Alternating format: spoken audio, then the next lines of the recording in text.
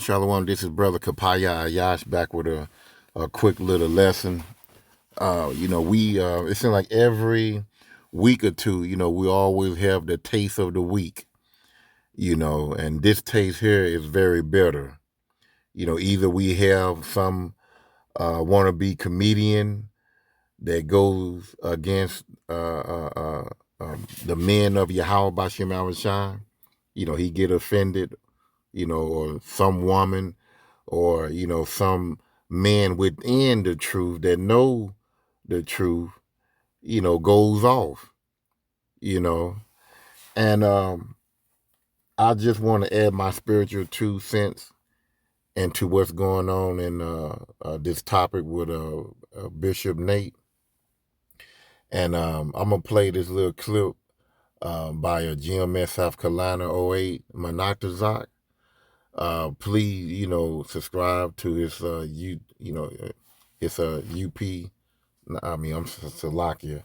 His YouTube page and get edified. So what I'm gonna do, I'm gonna play this little clip. It's probably about 30 seconds long, and then I'm gonna add my spiritual 2 cents in, and that shall be it. So let's get it. But then guess what? The Lord's gonna tell us, release them, let them go out. And their job, Gog and Magog, they're going to gather together an assembly of nations. They're going to be building weapons again. In the latter years. When? In the latter years. So now we might think that latter years is now, but it's not based on Revelation 20. It's letting you know it's after when, brothers? 1,000-year reign. Go ahead. Now, let's go. We're going to go to Revelation 20. And what I'm going to do, I'm just going to read Revelation 20 and 7 and 8. Because that's pretty much what he, that he hit on. So Revelation 20 and 7. And when the 1,000 years are expired, Satan shall be loosed out of prison.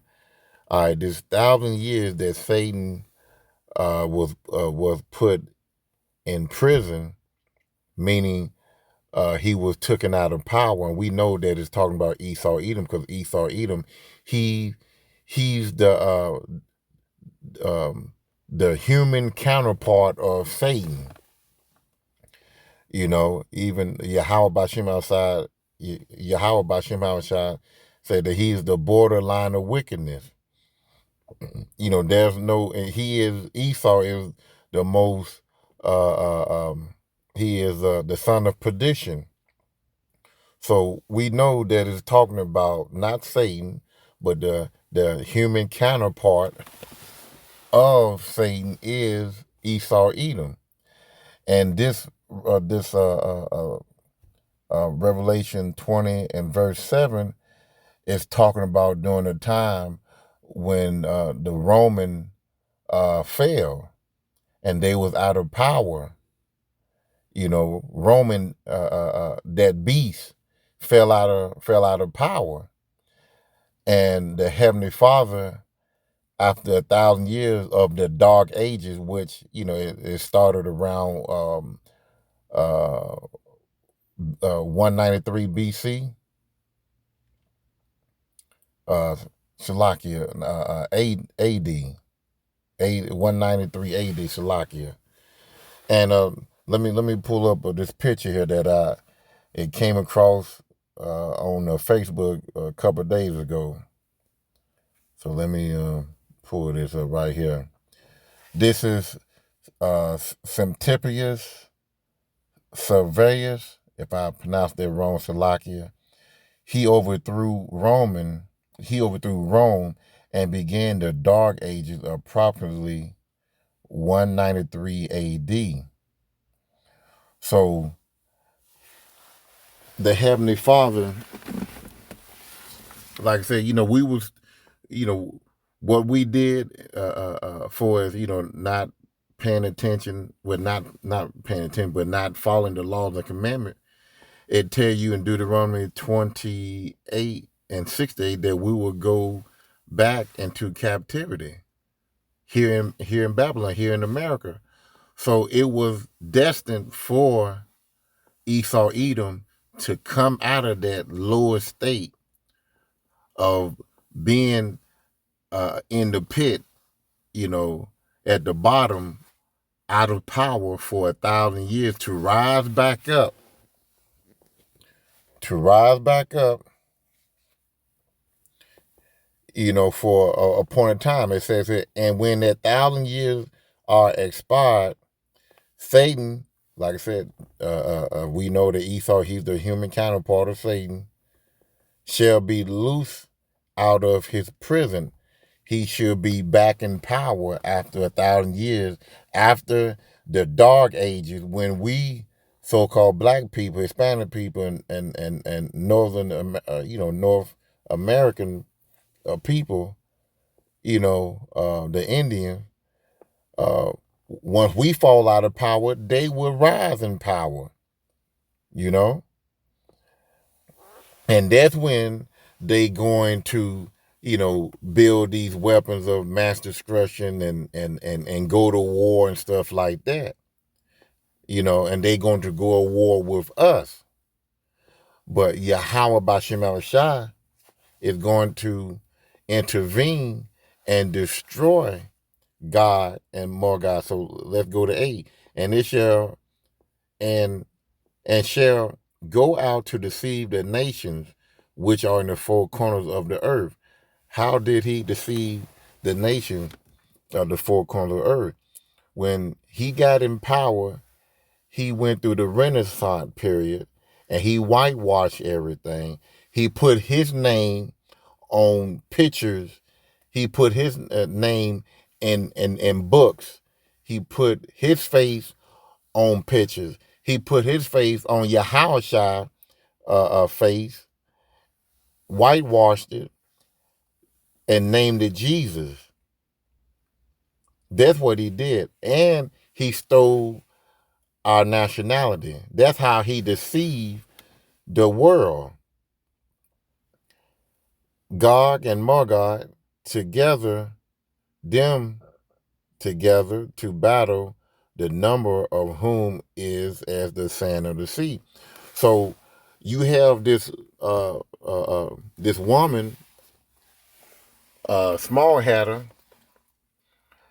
There's a war going on in Israel, but she's not concerned about Israel and Hamas war. She's more concerned about so-called young black generation that have woken up to the knowledge, to the truth. She didn't go in detail, but we all know why.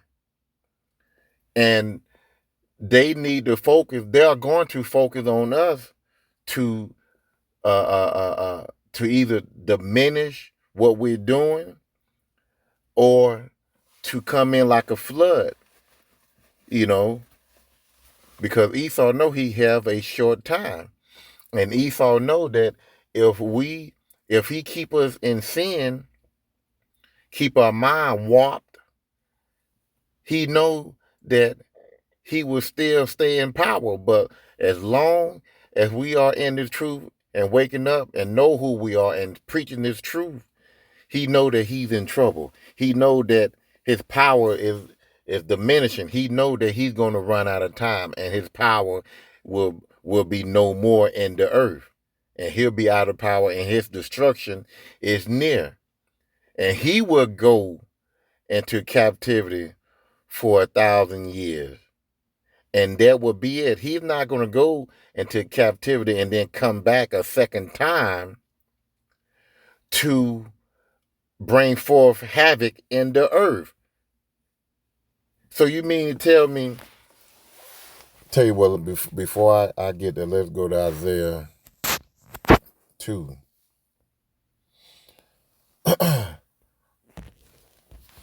So let me just say something else to that.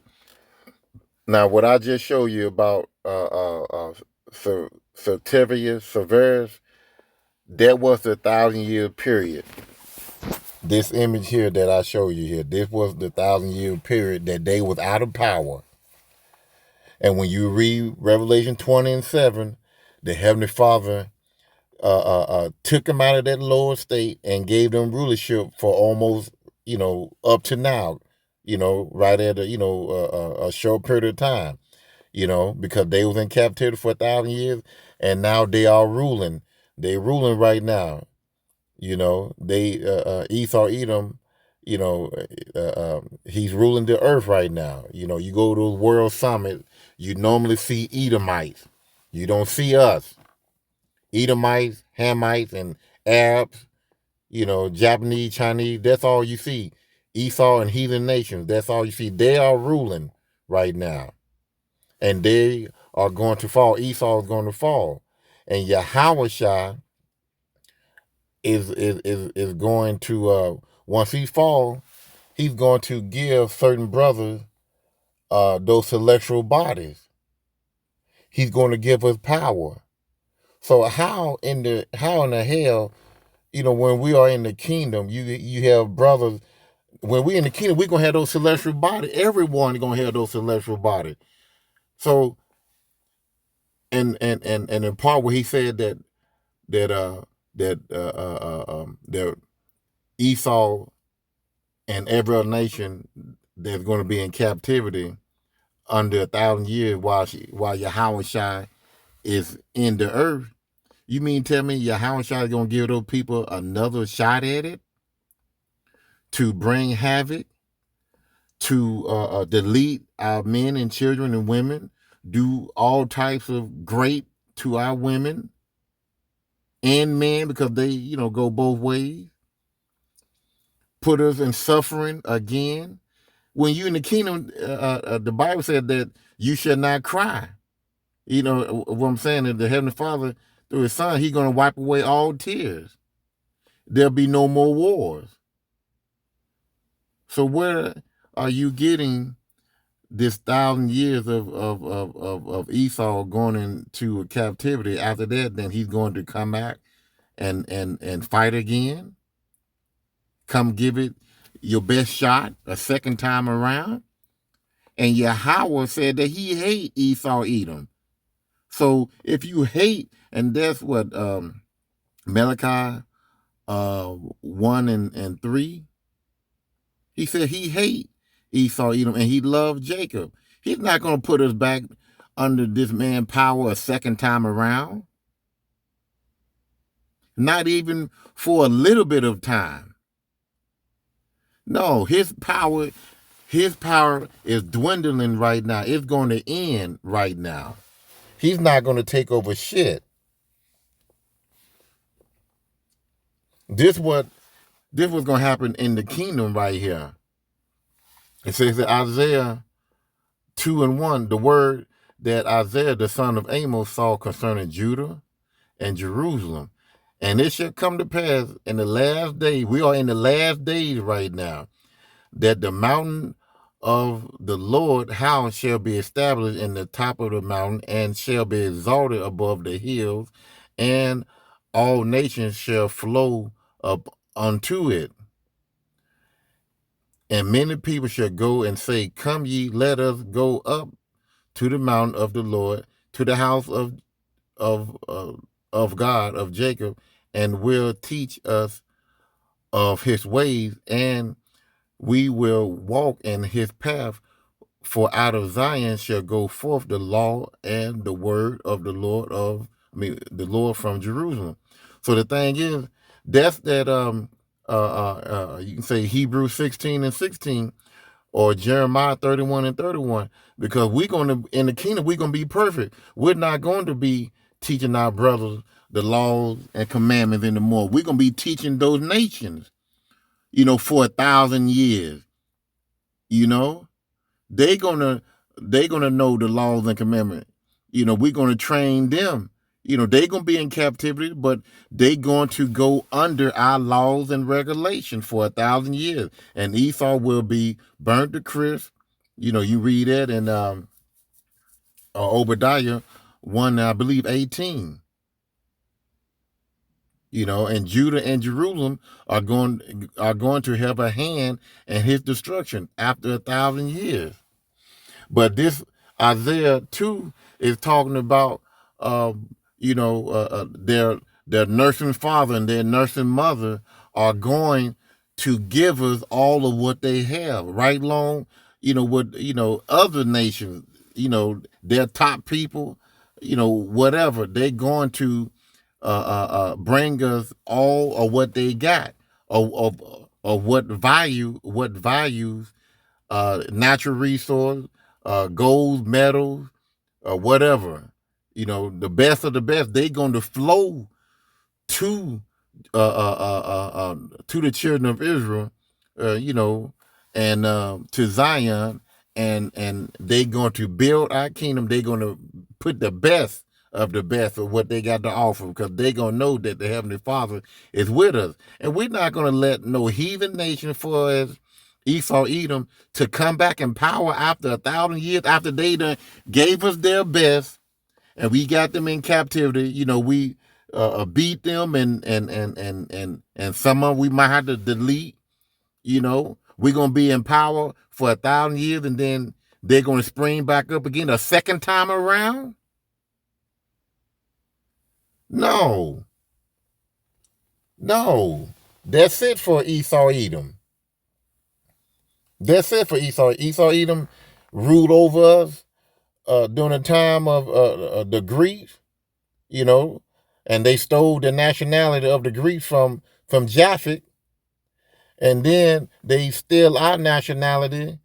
When they came back from after 1,000 years of being under us, those Romans, they went into a lower state, and then they came and took our nationality after they rose up after 1,000 years of being under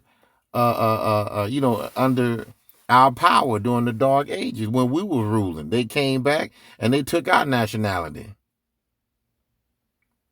But the thing is, like I said, after 1,000 years, we're gonna have those celestial bodies. We're going to be able to know what they're thinking. We listen in the kingdom. We're not gonna die. We're gonna live eternally. They're gonna die.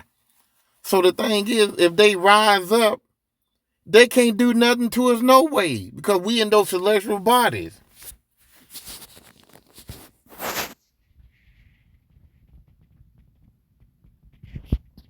Verse 4.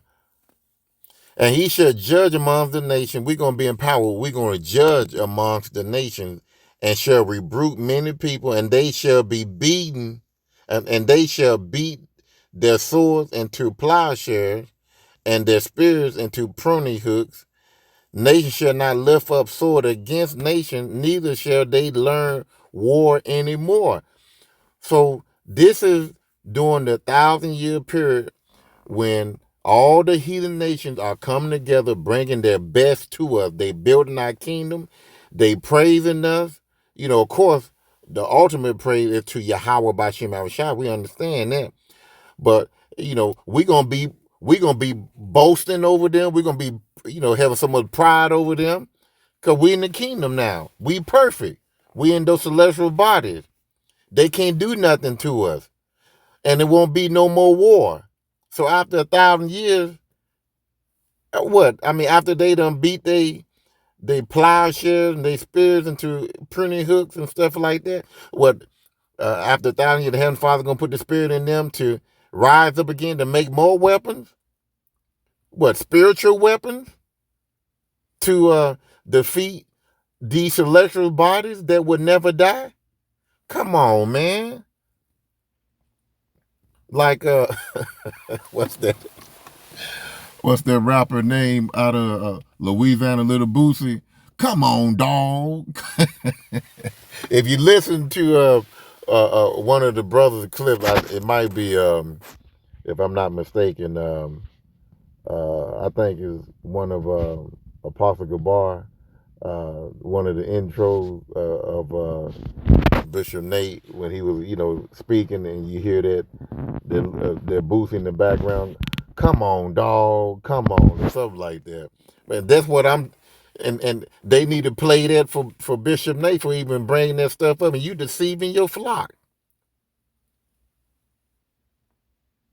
I only been in the truth 8 years, and I'm still learning. I don't know a whole lot, but the thing is, I do know this here.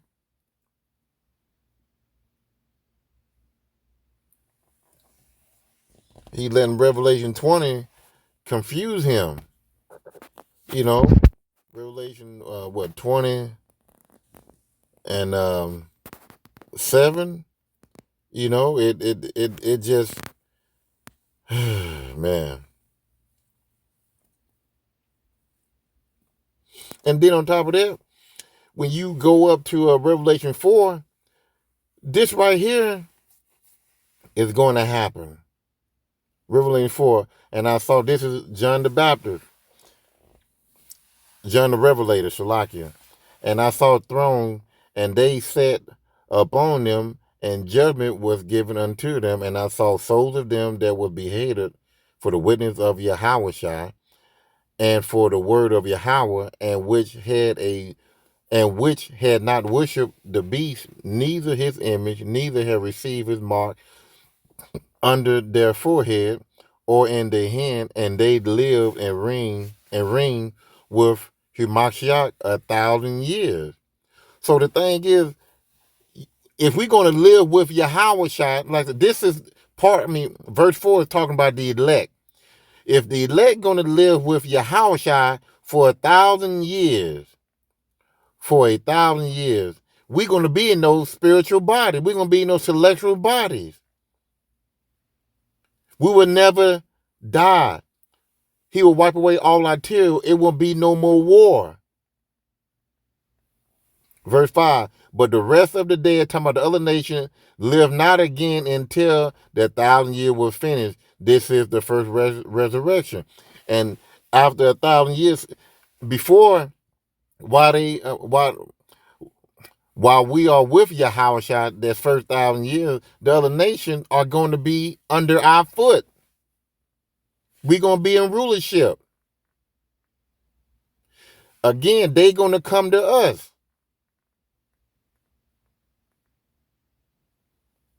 Then after that 1,000 years, when you read, when you go back to not Revelation, when you go back to what is it, Isaiah 2, it would tell you that you know that it will be no more war, and they pretty much they would go back into their homeland. But the deal is right here. It says, but the rest of the dead live not again, because they're gonna be under our foot until 1,000 years will finish. This is the first resurrection. Blessed and holy is he that have part in the first resurrection. On such the second death have no power. But the second death, the Asabian missiles, the fire. But they shall be priests of Yahweh and of Hamashiach, and shall reign with them 1,000 years. So we're going to be in rulership 1,000 years, with Yahweh and King David. So when you get down here to 7, it goes back into a time where we was ruling and Esau was in a lower state. You have to understand this here, because now when you go to verse 8, here Gog and Magog again is gonna come battle the children of Israel again after we already in the kingdom with Yahweh. When you read verse 4,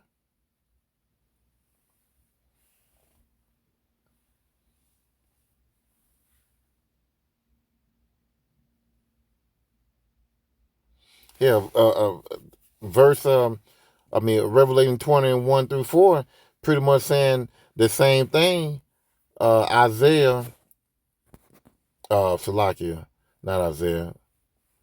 It's referring back. Let me go back. I want to confuse myself.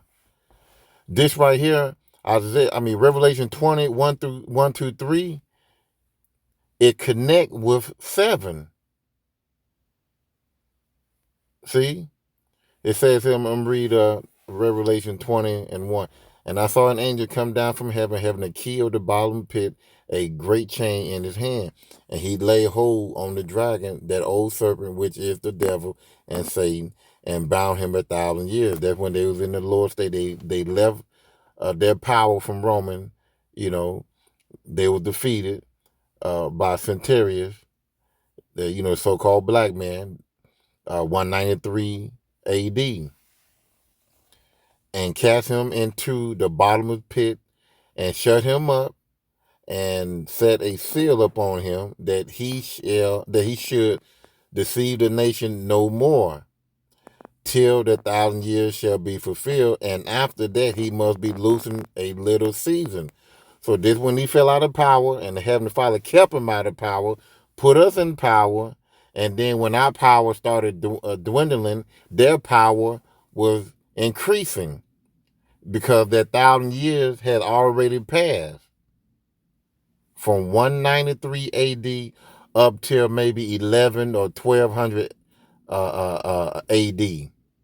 And that's when they started to come into power, or 1300 AD, when when they started to come in power. Like I said, and then when you see this here, it go into another scene, and this is like I said, John the Revelator. And I saw thrones, and they that sat upon them, and judgment was given unto them. And I saw the souls of them that were beheaded for the witness of Hamashiach Yahushua, and for the word of Yahweh, and which had not worshipped the beast, nor his image, nor received his mark.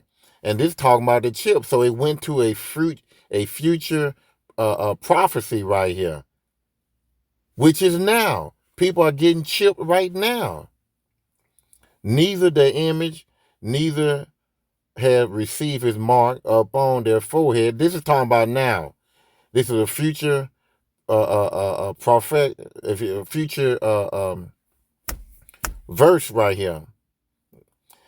Or in his hand, and they live and reign with Hamashiach 1,000 years. But the rest, and this is talking about the elect, once we get delivered, we already going to be, and it's talking about us being delivered in the kingdom, and the rest of the dead live not again. Talking about the nation, they didn't, they was under our captivity for, for 1,000 years, and then, they will be let loose, but they still have to serve us, but we won't have them in captivity like we going to have them, like they had us. So then, like I said, when you go down to 7, it go back. Like I said, when you read 1 through 3, then it go back to what it's talking about through 1 through 3, back to 7 on down. So he just got confused on his teaching. Well, I don't want to make this here too long, but like I said, the people that's going to our enemy and heathen nation, hey, there's no coming back. There's no more power. Your power is done, and you're going to serve captivity. And Esau, Edom, you're not going to rise up after that. After that 1,000 years is up, here you go right here. Let me give two scriptures right quick. This is your Salakia. Come on, Obadiah, where you at?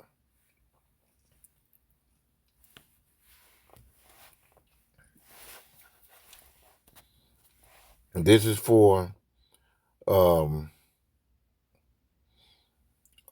Esau here. And the house of Jacob, southern kingdom, shall be a fire, and the house of Joseph a flame, and the house of Esau for stubble. So your future after 1,000 years is going to be a stubble. And they shall kindle in them and devour them, and there shall not be any remaining of the house of Esau, for the Lord has spoken it. So you're not going to rise up after 1,000 years and, you know, give us your last shot. It's a wrap. Let me get one more.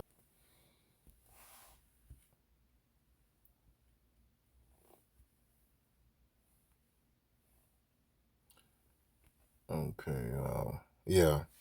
Ecclesiasticus 21 and 9 and 10. The congregation of the wicked is like tow wrapped together, and the end of them is a flame of fire to destroy them.